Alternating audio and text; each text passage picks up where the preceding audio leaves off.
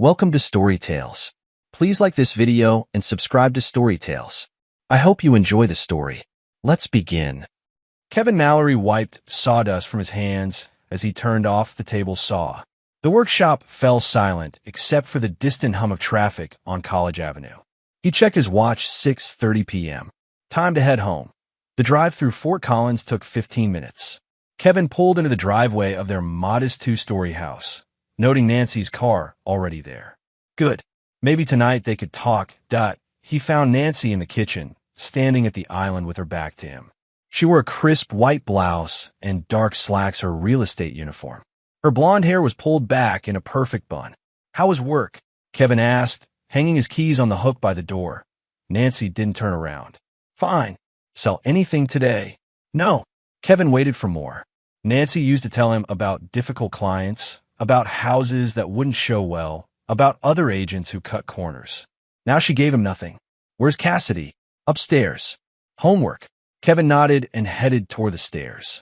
He found his 12-year-old daughter sitting at her desk, hunched over a math worksheet. Her dark hair fell across her face like a curtain. "Hey, kiddo." Kevin knocked on the doorframe. "How's it going?" Cassidy looked up. Her brown eyes, so much like his own, seemed tired. "It's okay, Dad. Need help with anything?" "No. I'm almost done." Kevin stepped into the room. Art supplies covered one corner of Cassidy's desk. Colored pencils, sketchbooks, half-finished drawings. She had talent. Real talent. "What are you working on?" He pointed to a sketch poking out from under her math book. Cassidy quickly covered it with her arm. "Nothing. Just doodling." "Can I see?" "It's not finished." Kevin backed off. He learned not to push when Cassidy got defensive. "Okay. Dinner in 30 minutes?" "Sure, Dad." Downstairs, Kevin found Nancy still in the kitchen. She was chopping vegetables with sharp, precise cuts. Her jaw was set. "Nancy, we need to talk." "About what?" "About us. About whatever's going on here." Nancy's knife paused for half a second, then resumed its rhythm. "Nothing's going on. Come on. You barely speak to me. When I ask about your day, you shut me down. When I try to touch you, I'm tired, Kevin." Nancy finally turned around. Her green eyes were cold. "I work all day showing houses to people who can't afford them. I come home to a husband who wants to have feelings talks and a daughter who won't listen to anything I say." "Cassidy listens to you." "She listens to you. Everything's Dad this, Dad that. She acts like I don't exist." Kevin frowned. "That's not true, isn't it?" Nancy turned back to her cutting board. "When she needs help with homework, who does she ask? When she's upset about something, who does she run to? When she wants to show off some stupid drawing, who gets to see it first? Nancy." "I'm making dinner. Go wash up." Kevin stood there for a moment, watching his wife's rigid back. Something was broken between them, and he didn't know how to fix it. 3 weeks later, Kevin came home to find Nancy sitting at the kitchen table with a cup of coffee and a stack of papers. She was still in her work clothes, but she'd taken her hair down. It fell in waves around her shoulders. "We need to talk," she said without looking up. Kevin set down his lunchbox. "Okay, sit down." He pulled out the chair across from her. Nancy slid the papers toward him. The top sheet had a letterhead he didn't recognize. "Brennan and Associates, Family Law." "What is this?" "A trial separation." Nancy's voice was calm, businesslike. "I think we both know this isn't working." Kevin stared at the papers. His hands felt heavy. "Nancy, what are you talking about? We can fix this. We can go to counseling." "I don't want to fix it." She finally looked at him. "Kevin, you're too emotional. You cry when you watch movies. You cry when Cassidy gets a good grade. You cried last month because a customer said something nice about a table you made. So it's embarrassing. It's weak. And it's not what Cassidy needs to see in a father figure." Kevin felt something cold settle in his stomach. "What does that mean?" "It means you're not strong enough for her. She needs stability. She needs someone who can make hard decisions without falling apart." "I've never fallen apart." "Haven't you?" Nancy leaned forward. "Remember when she fell off her bike last year? You carried on like she'd broken her neck. It was a scraped knee, Kevin. Kids get scraped knees. I was concerned about my daughter. You were hysterical." Kevin pushed back from the table. "I wasn't hysterical. I was emotional, unpredictable, unstable." Nancy ticked off each word like items on a grocery list. That's not what a 12-year-old girl needs. What she needs is her father. What she needs is a calm, rational parent who can guide her through adolescence without having a breakdown every time something goes wrong. Kevin stood up. His chest felt tight. And you think that's you? I know it is. Where's she right now, Nancy? Where's Cassidy? Nancy glanced toward the stairs. In her room. Doing what? Homework. When's the last time you helped her with homework? When's the last time you asked about her day? When's the last time you looked at one of her drawings? Nancy's jaw tightened. I don't have time for drawings. I'm trying to keep this family financially stable while you play with wood scraps in your little shop. Those wood scraps pay half our mortgage. Barely. Kevin felt heat rising in his face, but he kept his voice level. So this is about money? This is about Cassidy having a secure future. And that means she needs to be with a parent who can provide that. Kevin looked down at the papers again. Trial separation. Temporary custody arrangement. His signature line at the bottom. I'm not signing this. Yes, you are. Nancy stood up. Because if you don't, I'll file for divorce and full custody. And I'll tell the judge about your emotional problems. About how you can't handle stress. About how you're not fit to raise a teenage girl. Emotional problems. Kevin's voice cracked. Since when is caring about your family an emotional problem? Since it interferes with your judgment. Kevin stared at his wife. Really looked at her. When had she become this person? When had caring become weakness in her eyes? Fine, he said quietly. I'll sign it. Good. Nancy sat back down. You can stay in the guest room for now. We'll figure out more permanent arrangements later. What about Cassidy? What about her? Are you going to explain to her why her father is suddenly sleeping in the guest room? Nancy shrugged. I'll tell her we're having some problems. That sometimes adults need space to work things out. Kevin nodded slowly. He picked up a pen from the table and signed his name at the bottom of the papers. Each letter felt like a betrayal. There, he said, setting the pen down. Happy now. Nancy gathered the papers and put them in a folder. I'm doing what's best for our family. No, Kevin said. You're doing what's best for you. He walked upstairs to tell his daughter that everything was about to change. Cassidy ran up the front steps of her house, fishing her key out of her backpack. School had ended early because of teacher conference day, and she wanted to surprise her dad. Maybe he'd let her help in the workshop again. She unlocked the front door and stepped inside. The house was quiet. Too quiet. Dad? She called out, and no answer. He was probably still at work. But Mom's car was in the driveway. Mom. Cassidy heard something from upstairs. A low voice, then laughter.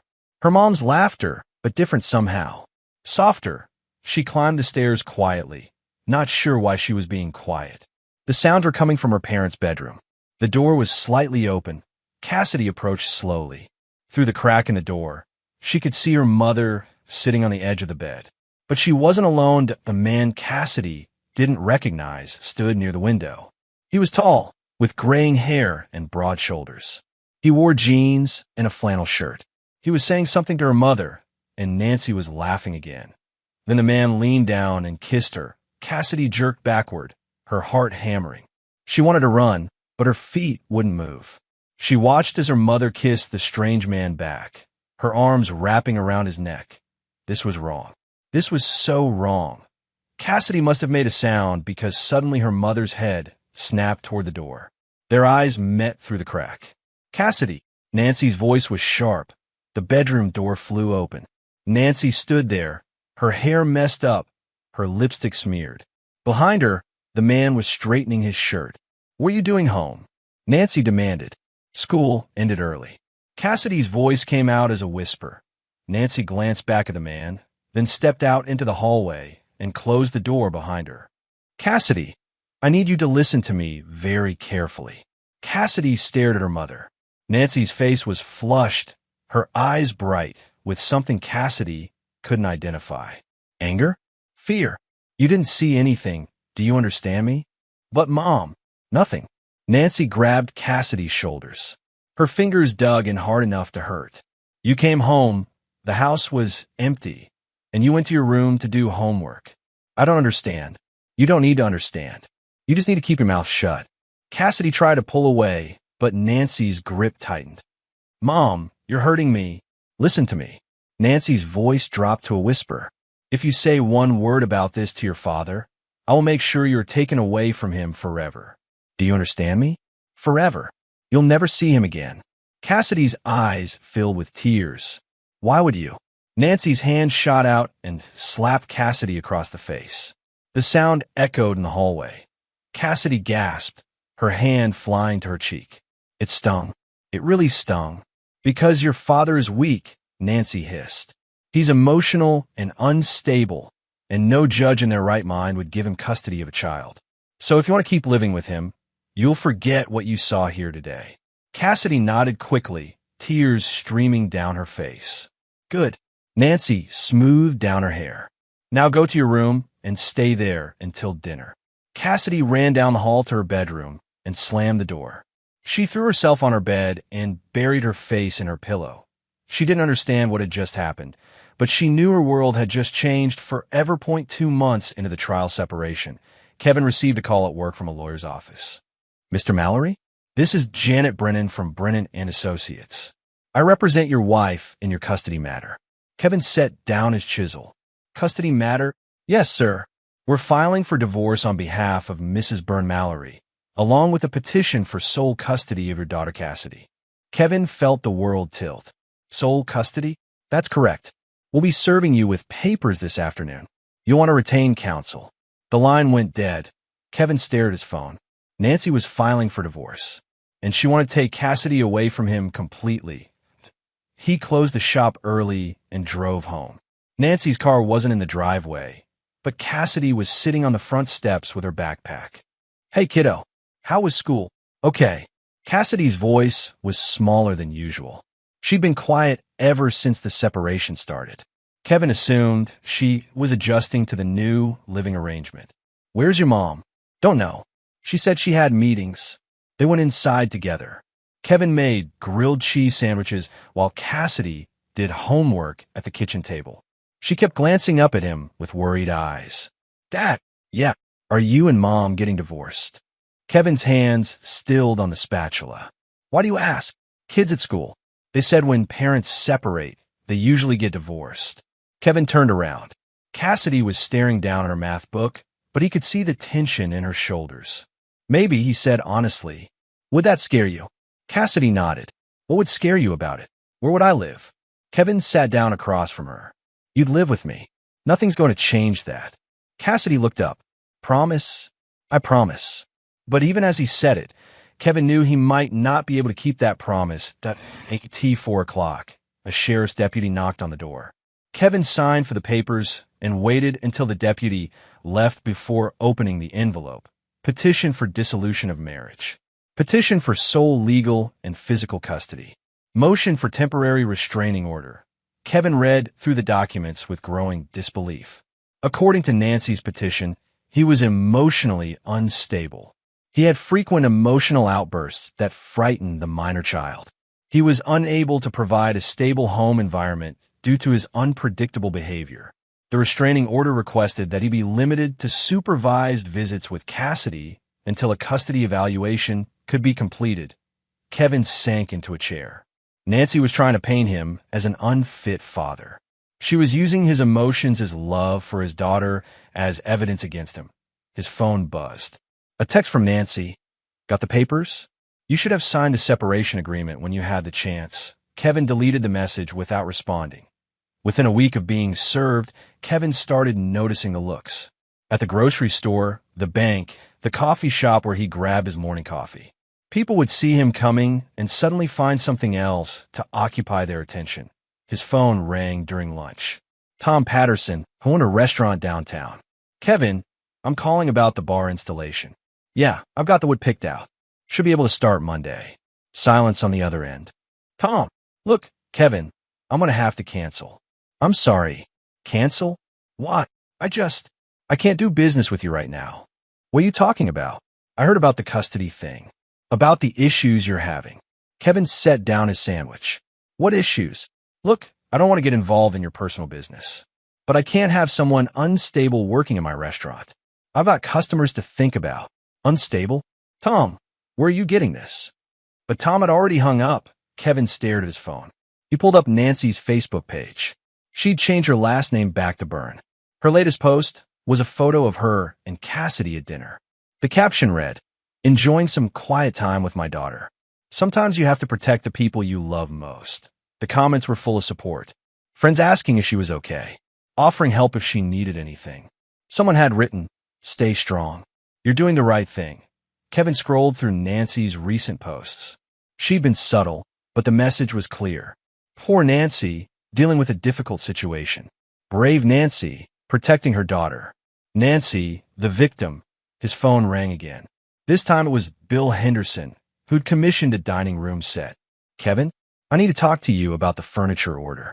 Kevin already knew what was coming. "Let me guess. You're canceling." "I'm sorry, man. My wife saw something on Facebook. She's uncomfortable having you in the house." "Bill, I've been in your house a dozen times. I measured your dining room. We picked out the wood together. I know, but what exactly do you think I'm going to do? Attack you with a tape measure?" "It's not that. It's just, my wife heard you've got some kind of anger problem." "Anger problem?" Kevin laughed, but there was no humor in it. "From who?" "Look, I don't want to get in the middle of anything. I'll still pay the deposit.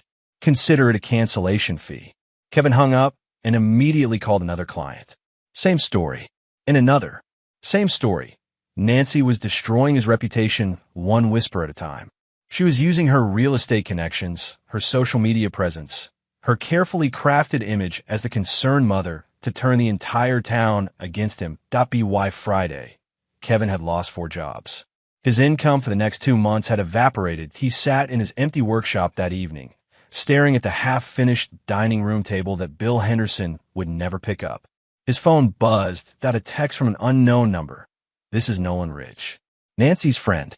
Back off the custody fight or things get worse for you." Kevin screenshot the message and saved it. Then he typed back, "See you in court." The Larimer County Courthouse smelled like disinfectant and old wood. Kevin straightened his tie for the 3rd time as he waited outside Judge Maureen Keller's courtroom. His lawyer, Marla Kearns, sat beside him reviewing notes. "Remember what we discussed?" Marla said without looking up. "Stay calm. Don't react to anything Nancy says. Let me handle the objections." Kevin nodded. Across the hallway, Nancy sat with her lawyer, Janet Brennan. Nancy wore a navy blue dress and minimal makeup.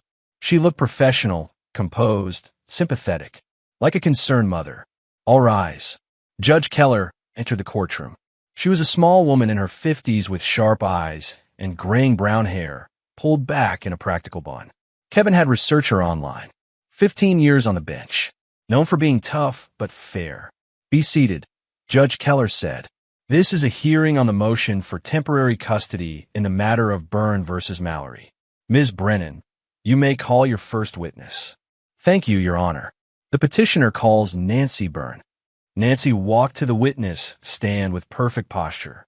She placed her hand on the Bible and swore to tell the truth. "Ms. Byrne," Janet Brennan began, "how long were you married to the respondent?" 14 years. "And you have 1 child together?" "Yes."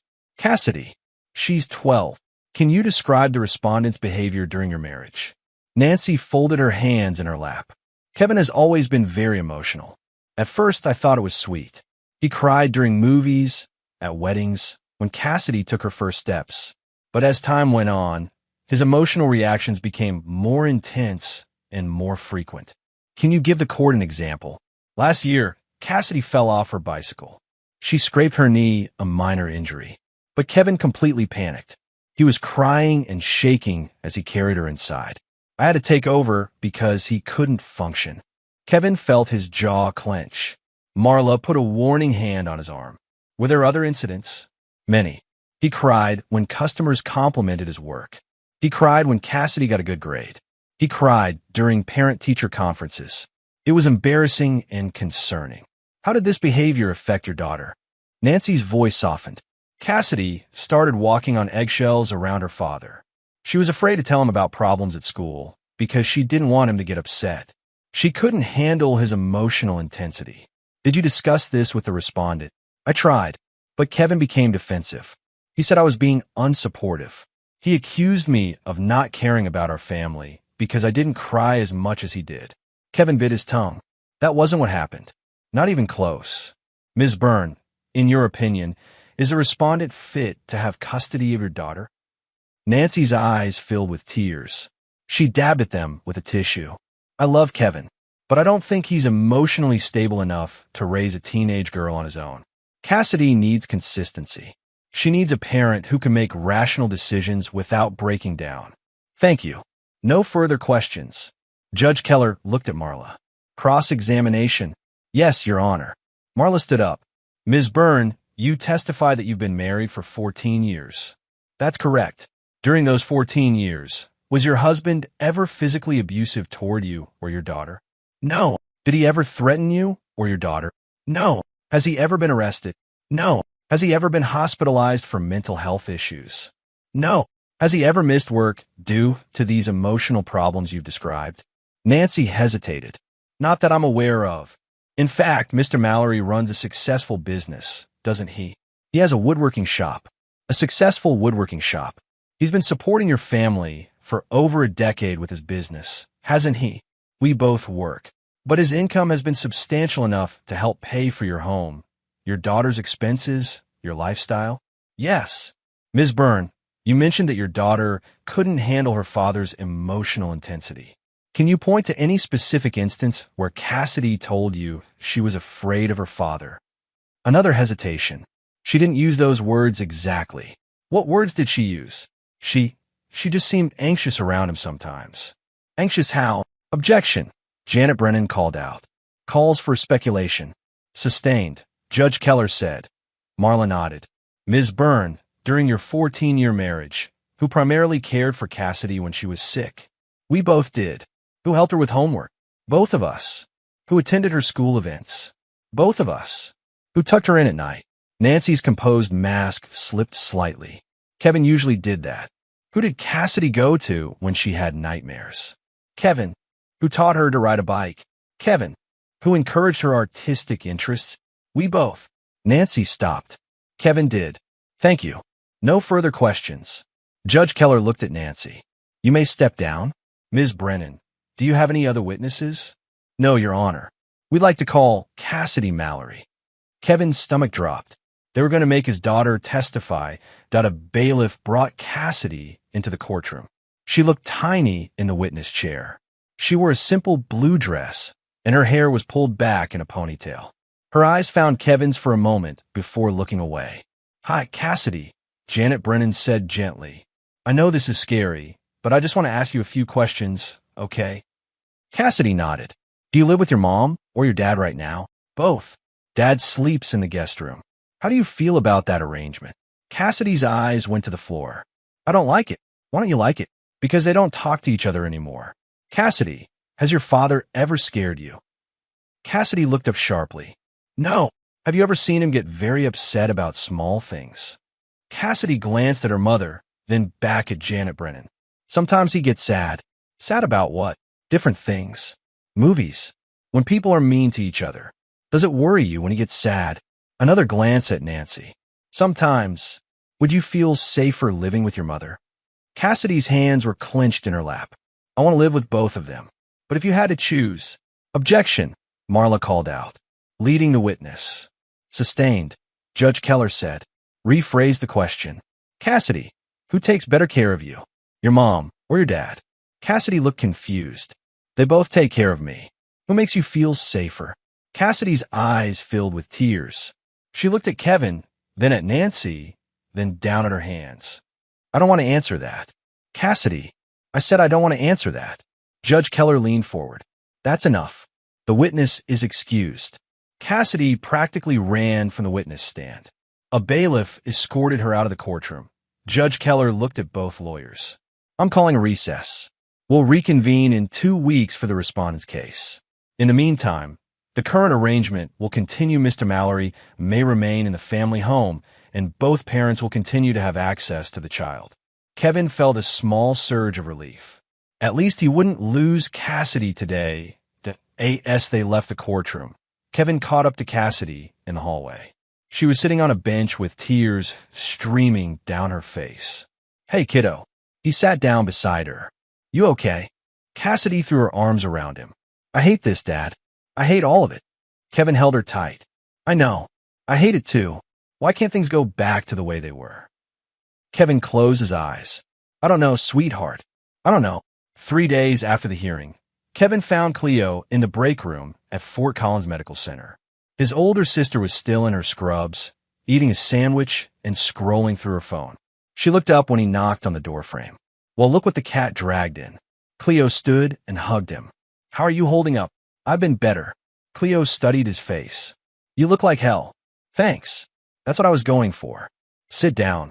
Cleo pushed him into a chair. Tell me what happened in court.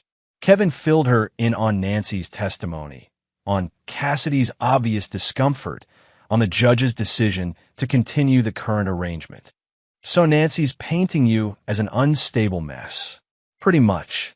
And you just sat there and took it? What was I supposed to do? Jump up and start yelling? That would have proved her point. Cleo shook her head. Kevin, you need to fight back. I'm fighting back. I have a lawyer. You need to fight smarter. Cleo finished her sandwich and leaned forward. Nancy's playing games. She's manipulating the system and counting on you to be too nice to hit back. I'm not going to stoop to her level. I'm not asking you to stoop. I'm asking you to wake up. She's trying to take your daughter away from you. Kevin rubbed his face. I know. Do you? Because from where I'm sitting, it looks like you were just going to let it happen. What do you want me to do, Cleo? Document everything. Every interaction, every conversation, every time she's late picking up Cassidy or early dropping her off. Keep a journal. Take pictures. Get evidence. Evidence of what? That you're a good father and she's not as perfect as she pretends to be. Kevin's phone buzzed. A text from Nancy. Picking up Cassidy at 7 for dinner. Have her ready. Kevin showed Cleo the message. See? She doesn't ask. She just tells me what's going to happen. What time is it now? Kevin checked his watch. 6:45. So, she's giving you 15 minutes notice to get Cassidy ready for dinner. Yeah, that's not co-parenting. That's control. Cleo pulled out her own phone. Take a screenshot of that message. Start documenting this stuff. Kevin sighed, but did as she suggested. That evening, Nancy picked up Cassidy without coming inside. Kevin watched from the window as they drove away. Nancy was talking animatedly, gesturing with her hands. Cassidy sat silently in the passenger seat. They returned 2 hours later. Nancy walked Cassidy to the door, but didn't come in. How was dinner? Kevin asked Cassidy. Fine. Where did you go? That place with the pizza. Kevin waited for more details, but Cassidy headed upstairs to her room. Something was off. Cassidy usually loved telling him about her day, about where she went, about what she ate that he knocked on her bedroom door. Can I come in? Sure. Cassidy was sitting on her bed with a sketchbook, but she wasn't drawing. She was just staring at the blank page. Everything okay? Yeah. Kevin sat on the edge of the bed. You seem quiet. Cassidy shrugged. Did something happen at dinner? No. Cassidy, you can talk to me about anything. You know that, right? Cassidy finally looked at him. Her eyes were red, like she'd been crying. Dad, yeah. If Mom wins in court, would I have to live with her all the time? Kevin's chest tightened. The judge hasn't made any decisions yet. But if she wins, I'm not going to let that happen. But what if you can't stop it? Kevin reached over and tucked a strand of hair behind Cassidy's ear. Then I'll keep fighting until I find a way to bring you home. Cassidy leaned against him. I don't want to live with just Mom. Why not? Cassidy was quiet for a long moment. She's different when you're not around. Different how? I can't tell you. Why can't you tell me? I just can't. Kevin felt a chill run down his spine. Cassidy, did someone tell you not to talk to me about something? Cassidy pulled away. I'm tired. Can I go to sleep now? Of course. Kevin kissed the top of her head. I love you, kiddo. I love you too, Dad. Kevin left Cassidy's room with more questions than answers. Something was happening that he didn't understand. Something that was making his daughter afraid to talk to him. He thought about what Cleo had said. Maybe it was time to start paying closer attention. Kevin spent the next week watching and documenting everything. He wrote down the times Nancy picked up Cassidy, the time she brought her back, her demeanor, Cassidy's mood. He took screenshots of Nancy's demanding text messages. He saved voicemails where Nancy's tone was cold and controlling. What he discovered painted a different picture than the one Nancy had presented in court. Nancy was consistently late picking up Cassidy and early dropping her off. She regularly changed plans at the last minute. She made unilateral decisions about Cassidy's schedule without consulting Kevin. And most concerning, Cassidy's mood was consistently darker after spending time with her mother. Kevin also started going through old files, looking for evidence of his involvement in Cassidy's life. What he found was a paper trail that contradicted Nancy's testimony. School forms going back years, all signed by Kevin. Medical records showing Kevin as the emergency contact. Bank statements showing Kevin's payments for Cassidy's art supplies, school trips, and activities. Insurance claims where Kevin was listed as the reporting parent, that he found receipts from stores where he'd bought art supplies for Cassidy. Photos on his phone of projects they'd worked on together. Videos of recitals and school plays where Kevin could be heard cheering in the background. For years, Kevin had been the primary parent. Nancy had been focused on her career, on maintaining her image, on her social life. Kevin had been the one raising their daughter. "This is good," Marla said when Kevin brought her the evidence. "This contradicts her testimony that she was the primary caregiver. What about the emotional stuff? Her claims that I'm unstable. We'll need witnesses. People who can testify to your character. Your customers, Cassidy's teachers, other parents." Kevin thought about his customers. The ones Nancy had turned against him. That might be a problem. What? Kevin explained about the lost contracts, about the whisper campaign, about the text from Nolan Ridge. Marla frowned. "This Nolan Ridge, who is he?" "I don't know. Nancy's friend, apparently." "Kevin, I think your wife might be having an affair." Kevin had suspected it, but hearing it out loud still hit him like a punch to the gut. "If that's true," Marla continued, "it changes everything. Adultery isn't grounds for divorce in Colorado, but could be relevant to custody, especially if this man has been around your daughter. How do we prove it? We need evidence. Photos, witnesses, something concrete." Kevin thought about Cassidy's odd behavior, her reluctance to talk about time spent with Nancy. "I think Cassidy might know something." "Kevin, I need to be very clear about this. You cannot question your daughter about your wife's relationship. It's inappropriate and it could backfire in court." "Then how?" "Let me worry about that. In the meantime, keep documenting everything. And Kevin, yeah, be careful. If Nancy is willing to destroy your reputation, there's no telling what else she might do." That evening, Kevin was in his workshop when his phone rang. Unknown number. "Hello, Kevin Mallory." "Yes. This is Tom Patterson. I called you a few weeks ago about the bar installation, right? The one you canceled." "Yeah, about that. I need to talk to you. Can you meet me somewhere?" Kevin glanced at the time.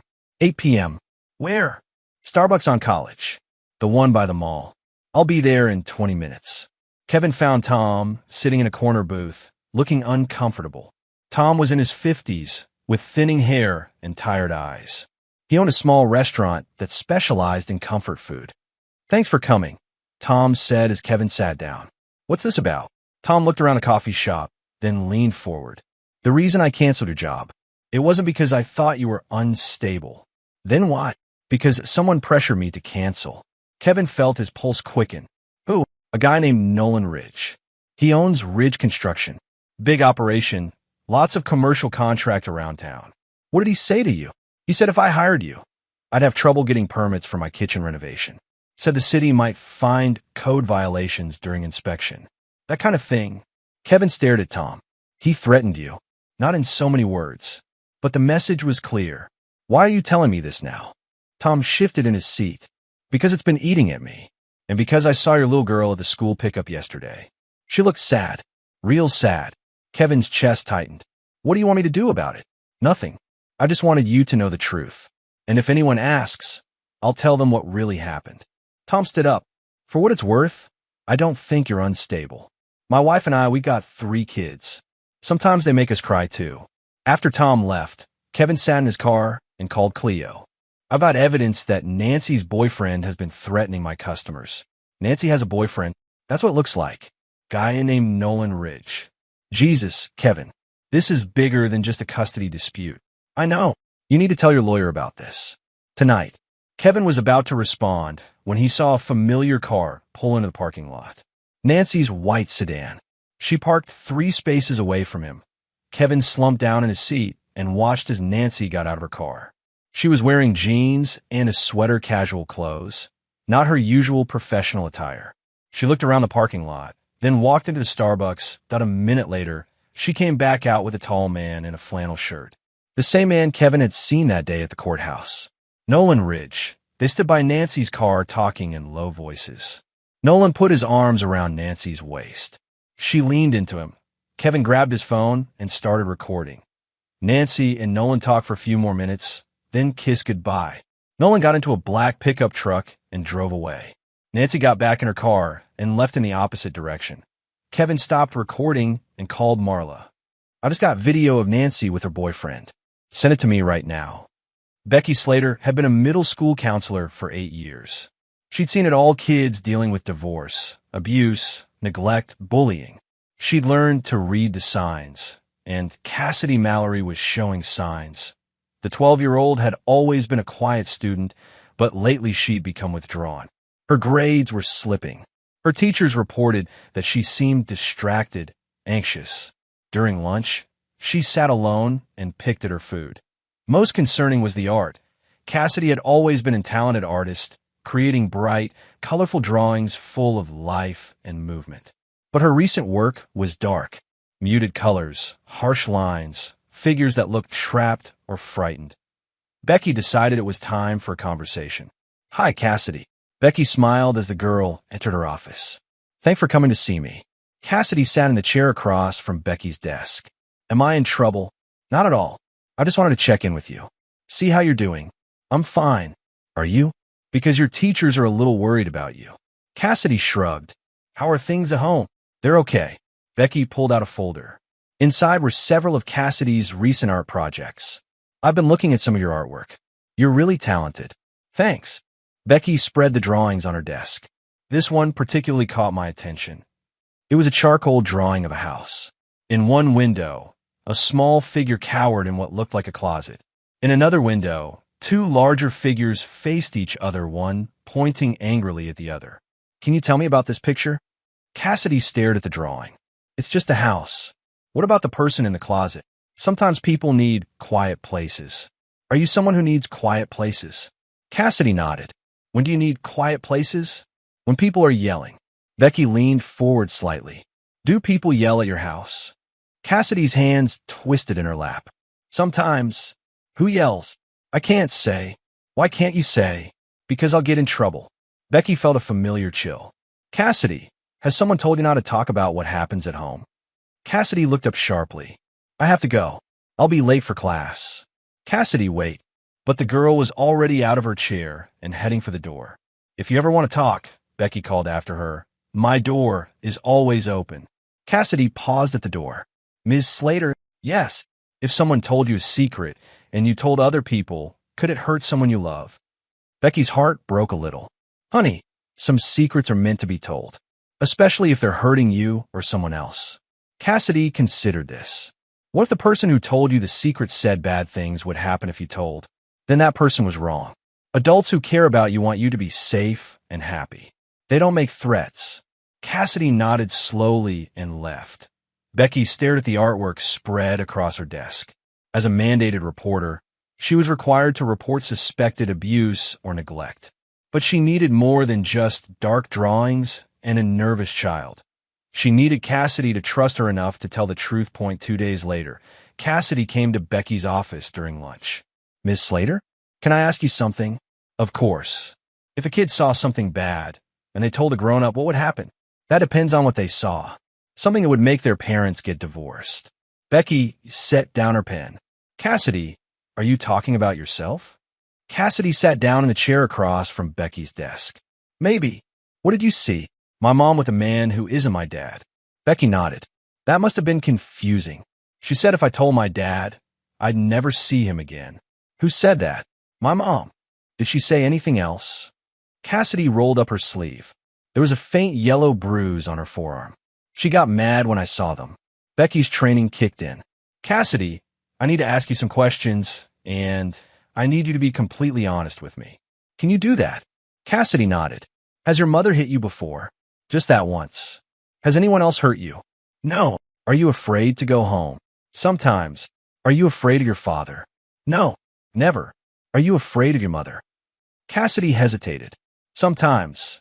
Becky reached for her phone. Cassidy, I need to make some calls.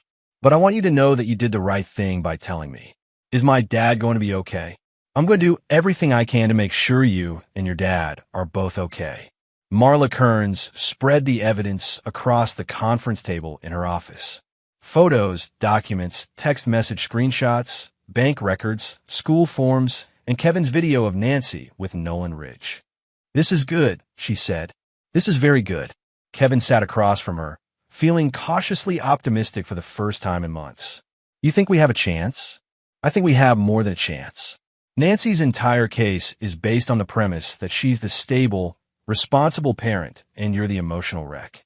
But the evidence tells a different story. Marla picked up a bank statement. These records show that you've been paying for Cassidy's expenses for years: art supplies, school activities, medical bills. Nancy claims she's been the primary caregiver, but the paper trail says otherwise. What about the school counselor's report? That's the game changer. Marla held up Becky Slater's written statement.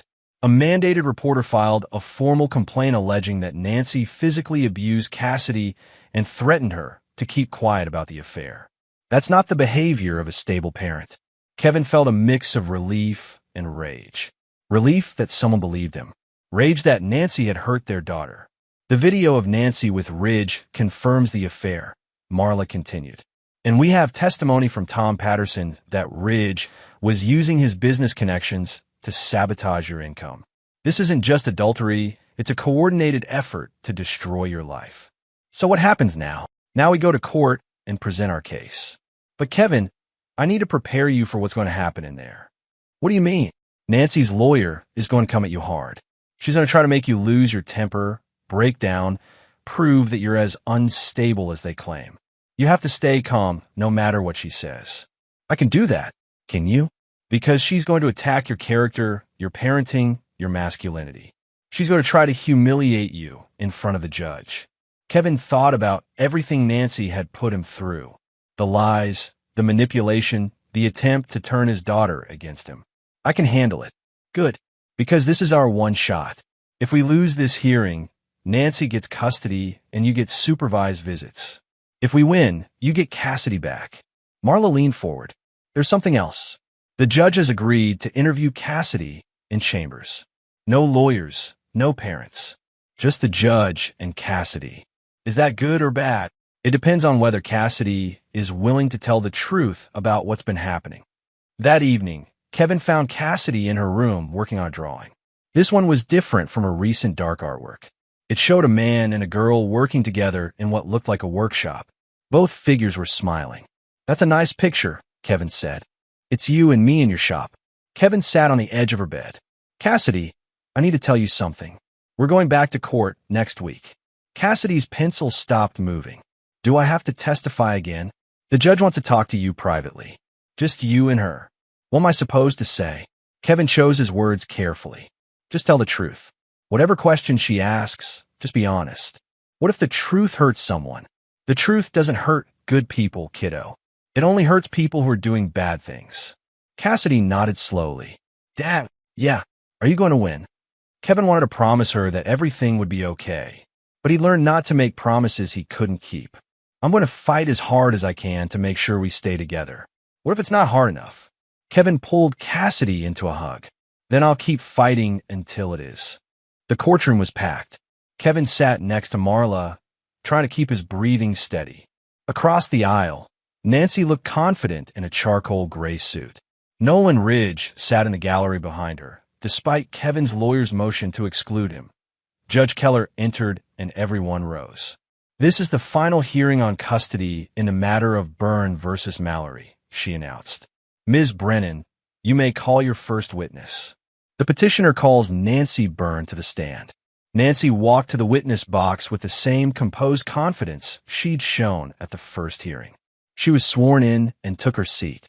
Ms. Byrne, Janet Brennan began. Since our last hearing, have you had any additional concerns about Mr. Mallory's fitness as a parent? Yes. His behavior has become more erratic. He's been following me, taking pictures, harassing my friends and colleagues. Kevin's jaw tightened. Marla put a hand on his arm. Can you elaborate? He's been driving by my workplace. He confronted one of my business associates at a coffee shop. He's trying to intimidate people into lying for him. Ms. Byrne, in your professional opinion as a real estate agent, how would you characterize Mr. Mallory's current mental state? Objection, Marla called out. Ms. Byrne is not qualified to give expert testimony on mental health. Sustained, Judge Keller said. Janet Brennan didn't miss a beat. Ms. Byrne, as a mother, do you believe Mr. Mallory is currently capable of providing a stable home for your daughter? No, I don't. A man who cries like that can't protect a child. She needs someone calm. Someone like me. Nancy looked directly at Kevin as she said it. There was something almost triumphant in her expression. Behind her, Nolan Ridge nodded approvingly. No further questions, Janet Brennan said. Cross-examination. Judge Keller asked. Marla stood. Ms. Byrne, you've testified that you believe your daughter needs a calm, stable parent. That's correct. Would you consider yourself to be calm and stable? Yes. Ms. Byrne, are you currently in a romantic relationship? Nancy's composure flickered for just a moment. I don't see how that's relevant. Please answer the question. I'm separated from my husband. I'm free to see other people. That wasn't my question. Are you currently in a romantic relationship? Yes. With Mr. Nolan Ridge? Yes. How long has this relationship been going on? Objection, Janet Brennan called out. Relevance.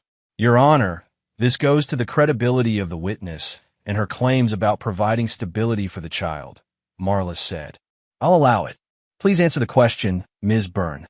Nancy shifted in her seat. Several months. Before or after you filed for separation from your husband? The exact timeline isn't important. Ms. Byrne, I'm going to show you a video that was taken last Tuesday evening. Marla approached the bench with Kevin's phone. Your Honor, Defense Exhibit A. Judge Keller watched the video, her expression neutral. You may proceed. Ms. Byrne, is that you in the video kissing Mr. Ridge? Yes. Ms. Byrne, has your daughter ever been present when you were with Mr. Ridge? Occasionally. Has she ever witnessed intimate moments between you and Mr. Ridge? Nancy's face flushed. I don't know what you mean. Has your daughter ever walked in on you and Mr. Ridge in a compromising position? Objection. Janet Brennan stood up. This is harassment. Overruled. Please answer the question. Nancy glanced at the gallery where Nolan sat. It's possible. And if she did, how did you handle that situation? I explained that adults sometimes have relationships. Did you ask her to keep it secret? I asked her to be discreet. Did you threaten her in any way?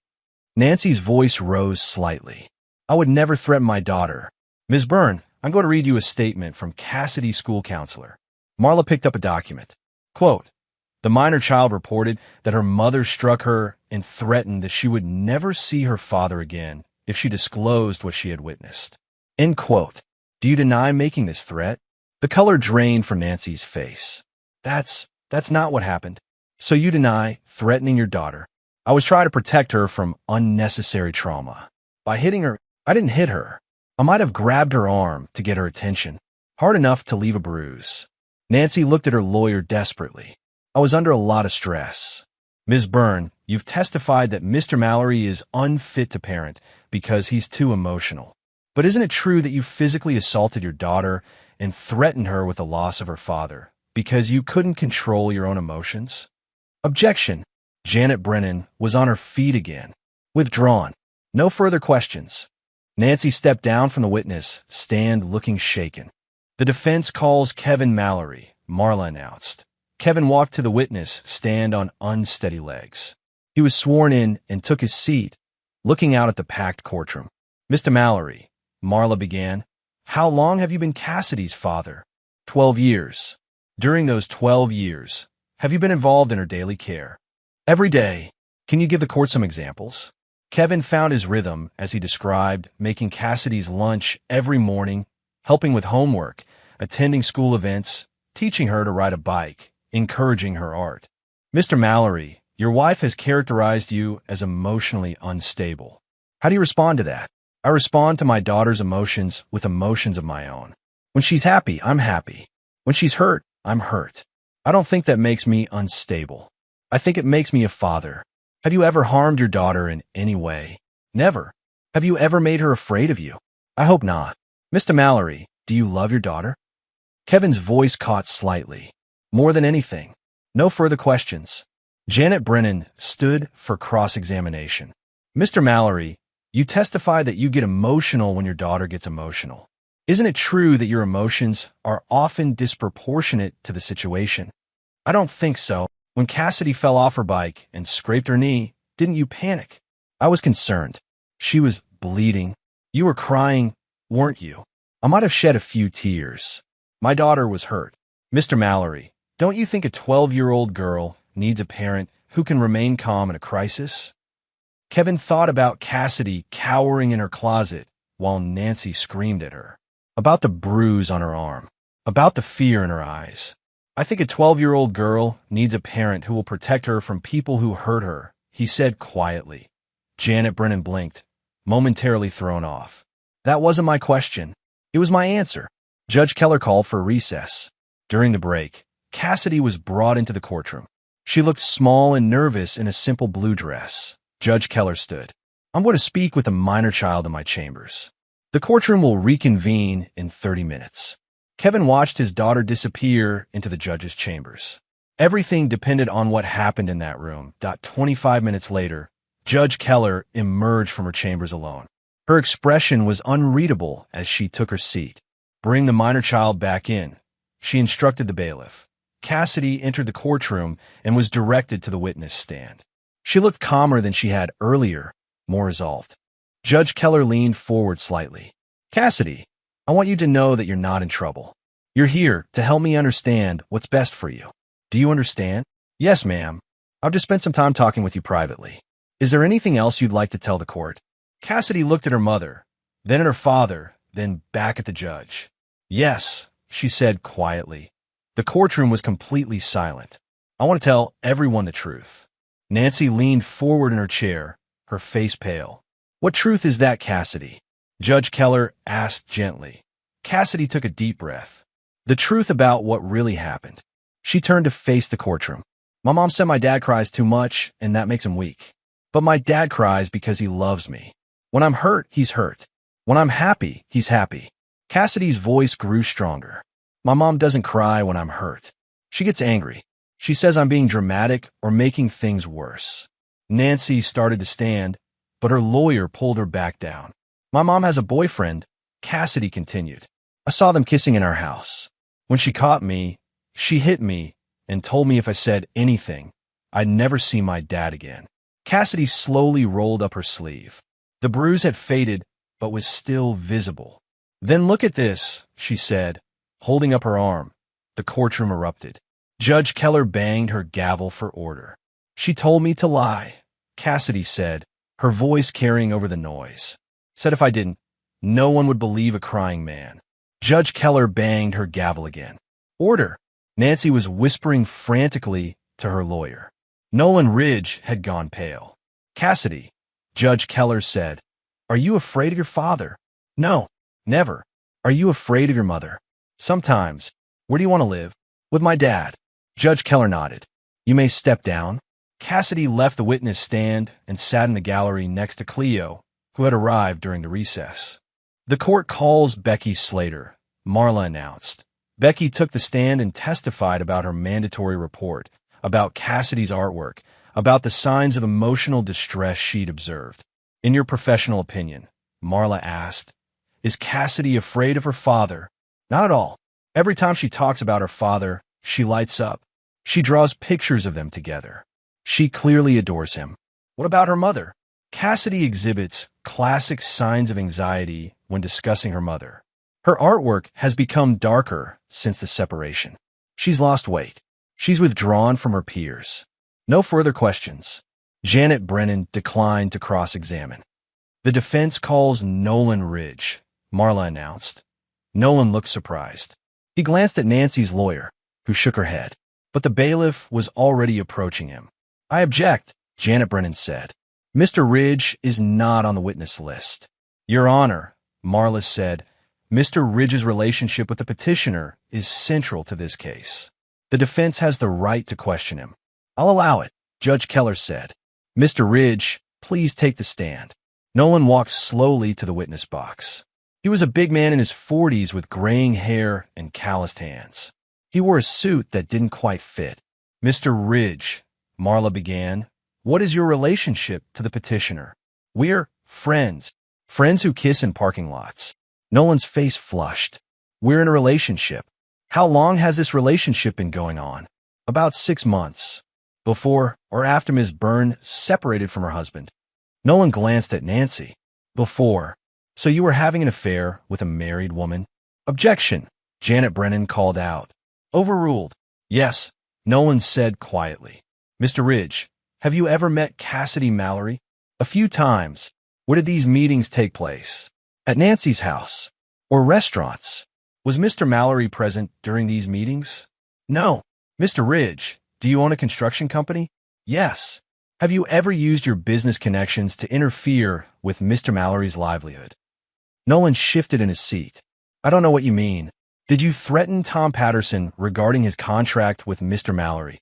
"I didn't threaten anyone." "What did you tell Mr. Patterson?" I mentioned that Kevin seemed unstable, that maybe it wasn't a good idea to have him working around customers." "Did you suggest that Mr. Patterson might have trouble with permits if he hired Mr. Mallory?" Nolan was sweating now. "I might have mentioned that the city takes safety seriously." "Mr. Ridge, were you trying to sabotage Mr. Mallory's business?" "I was trying to protect people." "From what?" "From an unstable man who might hurt someone." "What evidence did you have that Mr. Mallory was unstable or dangerous?" "Nancy told me." "So you had no first-hand knowledge of any dangerous behavior?" "No, but—" "Mr. Ridge, did you ever witness Mr. Mallory being violent or threatening?" "No." "Did you ever witness him being inappropriate with his daughter?" "No." "Did you ever witness him being anything other than a loving father?" Nolan hesitated. "No." "But you still tried to destroy his livelihood based on secondhand information from a woman you were having an affair with." "I was trying to help Nancy get custody of her daughter." "Why?" "Because she said Kevin was too emotional to raise a girl properly." "Mr. Ridge, did Ms. Byrne ever tell you that she had hit her daughter?" Nolan's eyes widened. "What? Did she tell you that she had threatened her daughter to keep quiet about your affair?" "No, she never." "Nancy would never hurt Cassidy." "Are you sure about that?" Nolan looked at Nancy. For the first time, doubt crept into his expression. I thought I was helping." "Mr. Ridge, let me ask you this. If you knew that Ms. Byrne had physically assaulted her daughter and threatened her to cover up your affair, would you still be supporting her custody claim?" Nolan stared at Nancy. She was looking down at her hands. "Mr. Ridge, no," he said quietly. "If that's true, then I was wrong about everything." Scene 4. The verdict. Judge Keller called for a 1-hour recess before delivering her ruling. Kevin spent the time in the hallway with Cleo and Cassidy, trying not to think about what would happen if he lost. "Whatever happens," he told Cassidy, "I love you." "I love you too, Dad." When court reconvened, Judge Keller looked stern and tired. "This case has presented the court with conflicting narratives about what is in the best interest of the minor child," she began. "The petitioner claims that the respondent is emotionally unstable and unfit to parent. The respondent claims that the petitioner is manipulative and has abused the child." Judge Keller looked at her notes. After reviewing all the evidence and speaking with the child, the court finds the following. Kevin held his breath. First, there is no credible evidence that Mr. Mallory is emotionally unstable or unfit to parent. The evidence shows that he has been the primary caregiver for this child throughout her life.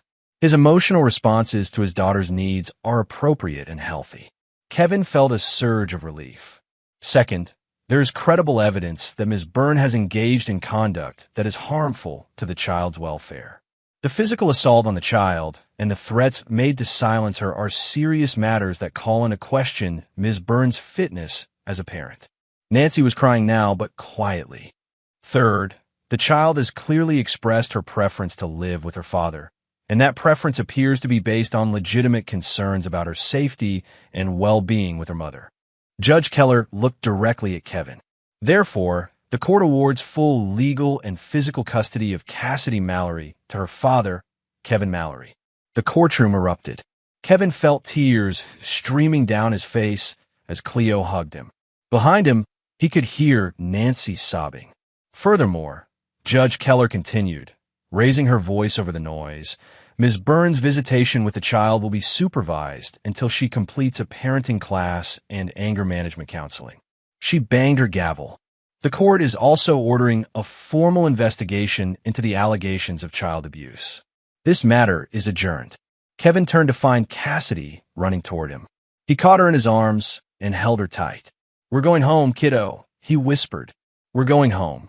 3 weeks after the custody hearing, Kevin was working in his shop when his phone rang. Nancy's name appeared on the screen, but he almost didn't answer. "Hello, Kevin." Nancy's voice was small, defeated. "Can we talk?" "I don't think that's a good idea. Please, just for a minute." Kevin sighed. "What do you want, Nancy?" "I want to apologize." "For what?" "For everything. For lying about you. For hurting Cassidy. For trying to take her away from you." Kevin said nothing. "I know you probably can't forgive me," Nancy continued. "But I need you to know that I never meant for things to go this far. You hit our daughter. I know. I was scared and angry, and I made a terrible mistake. You threatened to take her away from me forever. I was trying to protect myself. I thought if you found out about Nolan, you'd try to use it against me. So you decided to destroy me first." Nancy was crying. "I'm sorry. I'm so sorry." Kevin felt nothing. No anger, no sadness, no pity. Just emptiness. "Save it," he said quietly. "You raised a fist, not a child." He hung up. 2 days later, Cleo called to tell him that Nancy had been arrested. The investigation into the child abuse allegations had led to formal charges. She was facing jail time. Nolan Ridge had ended their relationship and was cooperating with the investigation. His construction company was under review for the threats he made against Kevin's customers. Kevin felt no satisfaction in their downfall. He was focused on moving forward with Cassidy. They started therapy together, both individual sessions and family counseling. Cassidy was dealing with trauma from the custody battle and the abuse. Kevin was learning to process his own anger and betrayal, but they were healing. Together, Kevin's business started to recover as word spread about what had really happened. Tom Patterson hired him for 3 new projects. Other customers began reaching out. Most importantly, Cassidy was smiling again. She was drawing bright, colorful pictures. She was sleeping through the night. She was acting like a 12-year-old again instead of a frightened child. 6 months later, Kevin was teaching a woodworking class for kids at the community center. It was something he'd started after the custody battle, a way to give back and help other children who might be going through difficult times. Cassidy often helped with the younger kids, showing them how to hold tools safely and encouraging their efforts. "Dad," she said one evening as they cleaned up after class, "I made something for you." She handed him a small wooden box she'd been working on in secret. It was beautifully carved with intricate patterns along the sides. "Open it," she said. Inside was a folded piece of paper. Kevin opened it and read, "Dad, you cried when you thought you were losing me. I cry now because you never gave up. Thank you for fighting for me.